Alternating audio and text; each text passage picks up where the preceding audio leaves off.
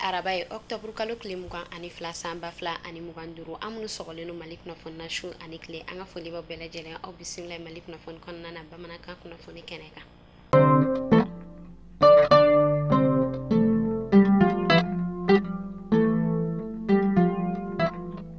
Kunnafoni daminɛna kunu tarata don octobre kalo tile 21 sanba 2025 kɔnɔna an ka premier ministre général de division Abdoulaye Maïga ale bɔla ka audience kɛ ni groupement malien des professionnels du pétrole jɛkulu min ni olu ka baara bɛnnen no tajiko kunkanko ma kɛrɛnkɛrɛnnenya groupement ale ɲɛma Ibrahim Touré ani a ka ma u bɔla ka hakilina fani kɛ min bɛ tali kɛ u ka laɲiniw na fɔ ka taa se u ka proposition yɛrɛ kɔni ma ani fɛɛrɛ min yɛrɛ kɔni bɛ se ka sɔrɔ laɲiniw yɛrɛ kɔni bɛ tali kɛ min na sɔ o de kɔni mobili minnu ni olu bɛ na ni taji an ka jamana kɔnɔna na olu bɛ se ka lakana cogoya min na fɔ ka taa se chauffeur yɛrɛ kɔni ma ani kɔlɔlɔ bɛ mobili minnu yɛrɛ kɔni sɔrɔ olu prise en charge bɛ se ka kɛ cogoya min na fɔ ka taa se u ka activité olu yɛrɛ kɔni continuer ma o hokumu de kɔnɔna la sa an ka premier ministre général de division Abdoulaye Maïga a ka kuma daminɛna a bɔla ka foli bila ani tasi bila kɛ ka ɲɛsin maa minnu ni olu bɔnɛna u ni na ko in daminɛ wagati fɔ ka na se sisan yɛrɛ kɔni ma min yɛrɛ kɔni ni a bɛ tali kɛ civil la fɔ ka taa se militaire yɛrɛ kɔni ma a bɔla ka foli bila ani tasi bila kɛ ka ɲɛsin nin ma ko fɔta ninnu ma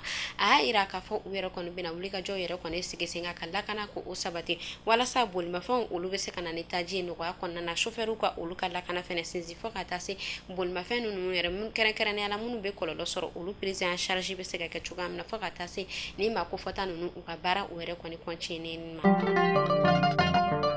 Alisa an bɛ to tajiko ale kunnafoniyaw kɔnɔna na taji sɔrɔli gɛlɛya o yɛrɛ kɔni bɛ ka kɛ sababu ye k'a to an ka faba kɔnɔna na fɛn min yɛrɛ kɔni bolimafɛntigiw ye olu yɛrɛ kɔni bala ka sɔngɔ bere ko o yɛrɛ kɔni da u ka passe kun ka passe ko o yɛrɛ kɔni sɔngɔ gɛlɛya min bɛ tali kɛ sotramanitigiw la fɔ ka taa se telimanitigiw yɛrɛ kɔni ma a yirala k'a fɔ nin wagati damadɔ in na an ka faba kɔnɔna na fɛn min yɛrɛ kɔni passager olu kɔni bala ka wele bila an ka ɲɛmaw ma ka sababuya kɛ a yirala an ka jamana fan 14 bɛɛ lajɛlen kɔnɔna na ko taji ale ka feere a sɔngɔ normal la nka fɛn min yɛrɛ kɔni bolimafɛntigi ninnu ye u yɛrɛ kɔni bala ka taji fɛn min yɛrɛ kɔni bolimafɛntigi ninnu u yɛrɛ kɔni bala ka passe ko o yɛrɛ kɔni sɔngɔ yɛlɛ fɛn min yɛrɛ kɔni telimantigi ye olu fɛnɛ bala ka u ta sɔngɔ yɛlɛ fɔ fɛn min yɛrɛ kɔni musolaka dɔ ye ale yɛrɛ kɔni bɔla k'a yira k'a fɔ ko a bɔla ka kɔlɔlɔ sɔrɔ kɛrɛnkɛrɛnnenya la ko u yɛrɛ tɔni kun bɛna a agressé ka sababuya kɛ bolimafɛn ko kunkanko ye ka sababuya kɛ ni muso ko fɔta a y'a yira k'a fɔ a kɛlen ka teliman ta ni a sela a se yɔrɔ la ko fɛn min yɛrɛ kɔni telimantigi y'a yira k'a fɔ ko fɔ ko a ka dɔ fara passe yɛrɛ kɔni kan ko ka sababuya kɛ ko taji ka gɛlɛ ko ale yɛrɛ kɔni ye kunnafoniya yira telimani bolila la k'a yira k'a fɔ an bɛ wagati min na i n'a fɔ sisan an ka jamana kɔnɔna na ko taji bɛ ka feere a sɔngɔ normal la an ka jamana fan 14 bɛɛ lajɛlen kɔnɔna na ko ale yɛrɛ kɔni tɛ se ka dɔ fara telimani o yɛrɛ kɔni passe ka o hokumu de kɔnɔna na ko telimani bolila a yɛrɛ kɔni bɔla ka musolakan yɛrɛ kɔni agressé k'a y'a yira k'a fɔ ni a yɛrɛ kɔni ma dɔ fara wari kan k'a bɛ muru don a kɔnɔ nka ka sanga ni a yɛrɛ kɛrɛfɛ mɔgɔ yɛrɛ kɔni ka wuli ka jɔ ni u ka cɛsiri fɛn min yɛrɛ kɔni ye telimanitigi ye a yɛrɛ kɔni a yɛrɛ ɲini o hokumu de kɔnɔna na dugudenw yɛrɛ kɔni bala ka wele ko o bila an ka ɲɛmaw ma walasa u bɛ se ka fɛɛrɛ sɔrɔ nin ko in na cogoya min na. Ka sanga ni lakana ale kunnafoniyaw kɔnɔna ye état major général des armées ale bɔla ka communiqué bila octobre kalo tile 21 san 2025 kɔnɔna na a yirala k'a fɔ octobre kalo tile 20 san 2025 ka sanga ni an ka lakana tigilamaw ka ladɔnniya ni u ka baara cogoya ye a yirala k'a fɔ olu bɔla ka wulikajɔba dɔ kɛ octobre kalo tile 20 san 2025 kɔnɔna na jakɔrɔ wɛrɛkaw olu fɛnɛ kɛrɛnkɛrɛnnenya la dugabugu ale marabolo la segukaw olu ka marabolo kɔnɔna na a yirala k'a fɔ u ka wulikajɔ yɛrɛ kɔni kɔnɔna na baara ale dɔnniya fɛ u yɛrɛ kɔni bɔla ka dankari kɛ binganni wale tigilamaw ka yɔrɔ dɔ la min kɛla sababu ye k'a to u yɛrɛ kɔni bɔla ka binganni wale tigilama caman ka olu bɔnɛ u ni na fɛn min yɛrɛ kɔni o bololaminɛ caman a yirala k'a fɔ ko u bɔla ka o sɔrɔ min bɛ tali kɛ marifaw la fɔ ka taa se munition ma ani fɛn min yɛrɛ kɔni ye moto ye ani matériel de communication fɔ ka taa se produit pharmaceutique ma ani fɛn min yɛrɛ kɔni ye malo bɔra ye a yirala k'a fɔ ko o bɛɛ kun bɛ nin minɛ ko fɔta ninnu na fɔ ka taa se an ka lakana tigilamaw ka tenniw yɛrɛ kɔni ma ani fɛn min yɛrɛ kɔni matériel informatique ye a yirala k'a fɔ état major général ale yɛrɛ kɔni ni a ɲɛmaya kɔni bɛ général Umar Jara ale bolo chef d'état major a yirala k'a fɔ ko u yɛrɛ kɔni bala ka wulikajɔ yɛrɛ kɔni sigi sen kan walasa fɛn min yɛrɛ kɔni lakana ye ale ni basigi o bɛ se ka na an ka jamana kɔnɔna na walasa ka baloko ko o sinzin Afrique de l'Ouest ale kɔnɔna fɛn min ye an ka premier ministre général de division Abdoulaye Maïga ale yɛrɛ kɔni bɔla ka taa marché des innovations et technologies agricoles MITA ale yɛrɛ kɔni baaraw yɛrɛ kɔni dayɛlɛ la tɛnɛndon octobre kalo tile 20 san 2025 kɔnɔna na ni ɲinɛta ni o bɛ a ta ko duruna o yɛrɛ kɔni ma fɔ ka taa se fɛn min yɛrɛ kɔni prix d'innovation agricole ale yɛrɛ fɛnɛ kɔni deuxième édition a yirala k'a fɔ ni yɛrɛ kɔni kɛnɛ sigilen no fɛn min kan sa o de fɛn min ye sɛnɛko ale kunkan ko ye ani fɛn min yɛrɛ kɔni baloko o bɛ se ka don bala cogoya min yɛrɛ kɔni na o hukumu de kɔnɔna na ɲinɛta o sigila babu min ka sa yɛlɛma o yɛrɛ kɔni bɛ se ka don fɛn min yɛrɛ kɔni sɛnɛko ale kunkan ko ye cogoya min na a yirala k'a fɔ fɛn min yɛrɛ kɔni Afrique de l'Ouest ale yɛrɛ kɔni ma caman olu yɛrɛ kɔni bɛɛ nana ɲɔgɔn sɔrɔ an ka jamana kɔnɔna na ka hakilina faniw yɛrɛ kɔni kɛ minnu yɛrɛ kɔni bɛ tali kɛ chercheurs la fo ka taa se sɛnɛkɛlaw yɛrɛ kɔni ma ani entrepreneurs u yɛrɛ kɔni bala kana hakilina faniw yɛrɛ kɔni kɛ walasa fɛn min yɛrɛ kɔni ye sɛnɛko ye o bɛ se ka don bala ka baloko ko o yɛrɛ kɔni sinsin Afrique de l'Ouest ale jamanaw kɔnɔna na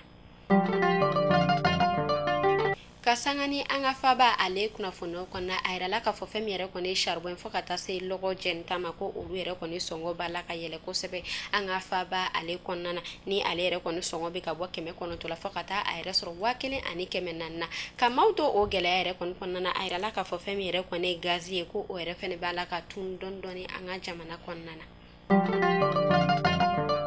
Ameta kurika olu fe no tɛnɛndon octobre kalo tile 20 san 2025 kɔnɔna na kɛrɛnkɛrɛnnenya la kuri ale ni kucala o yɛrɛ kɔni sira kan a yirala k'a fɔ bingani wale tigilama u yɛrɛ kɔni bɔla ka taa bolimafɛn dɔ la jɔ min kɔnɔna na ni a yirala k'a fɔ u yɛrɛ kɔni bɔla ka musolakaw lajigin musolaka minnu ni a yirala k'a fɔ ko burumusi tɛ olu la waleya min ni u yɛrɛ kɔni kɛlen no ko imposer ko musolaka bɛɛ lajɛlen ka burumusi don n'u bɛ voyage sira kan n'u yɛrɛ kɔni bɛ bɔ Bamakɔ ale yɛrɛ kɔni da fɛ a yirala k'a fɔ fɛn min yɛrɛ kɔni ni ma ko fɔta ninnu ko u yɛrɛ kɔni bɔla ka kari yɛrɛ kɔni kɔnɔna fie fɛn min yɛrɛ kɔni taje ko ni u y'o sɔrɔ kari yɛrɛ kɔni kɔnɔ ko u b'o o labɔ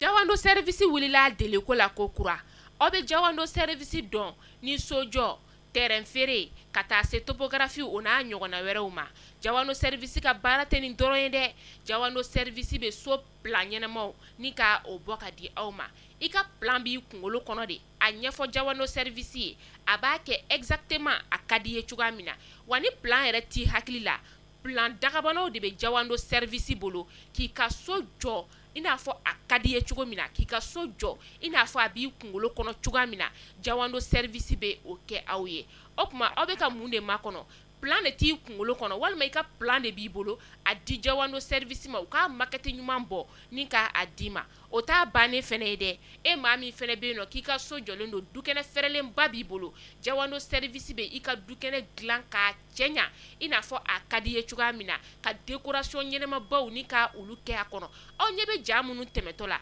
nin bɛɛ ye Jawando service ale ka baarakɛta ɲumanw de o tuma Jawando service a y'u ka nɛgɛjuru sira banba walasa ka se ka kunnafoniya wɛrɛ ni ka o sɔrɔ u ka baara taabolo la n'aw mɔgɔ minnu mago b'u la u filɛ nin ye Sotiba Sotelko yɛrɛ ale masurunya la nɛgɛjuru sira 00223 79 09 48 48 Jawando service ka hakilina malien kelen so kelen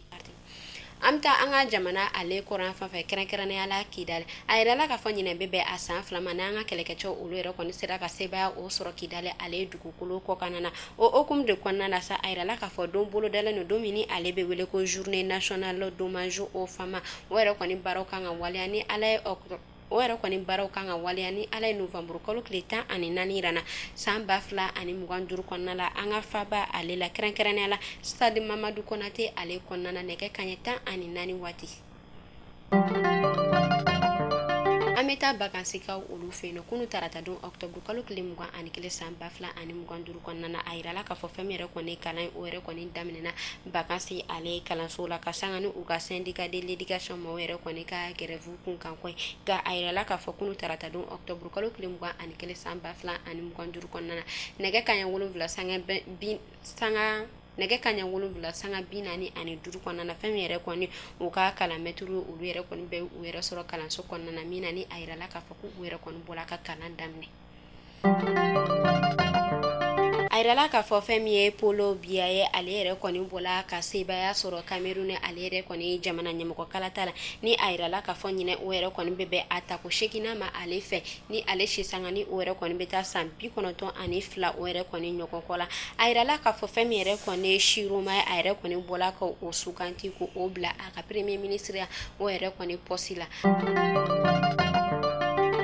Ameta République démocratique du Congo la ayrala ka fɔ Congo ka olu feno u ka kalametri dɔ kun meno ni ale be wele ko Bonnet Elomba ayrala ka fɔ fɛn yɛrɛ kɔni ni kalametri yɛrɛ kɔni ale yɛrɛ kɔni ka video yɛrɛ kɔni caman kun be an ka bololɔ sɔrɔ kan mi yɛrɛ kɔni kɔnɔna ni a yɛrɛ kɔni be a ka kalan kɛ ni nisɔndiya fɛn yɛrɛ kɔni sifinakaw a yɛrɛ kɔni be kulon yɛrɛ kɔni kɛ olu kun ka olu nisɔndiya ka tila ka kalan yɛrɛ kɛ ni ko u kun fɛn yɛrɛ kɔni ni kalametri yɛrɛ kɔni a yɛrɛ kɔni kun be masa caman ko o yɛrɛ kɔni lafiya fo ka taa se kalandenw yɛrɛ kɔni ma nka a yirala ka fɔ daba masa o yɛrɛ kɔni ka wele sela ale ma bana dɔ o yɛrɛ kɔni senfɛ a yirala k'a fɔ ko fɛn yɛrɛ kɔni ni banbagatɔ yɛrɛ kɔni ko den naani o yɛrɛ de kɔni kun bɛ a bolo an bɛ ala deli bada ne ma ala ka a di a ma ka anw yɛrɛ ɲɛ ka an ta don kɔnɔ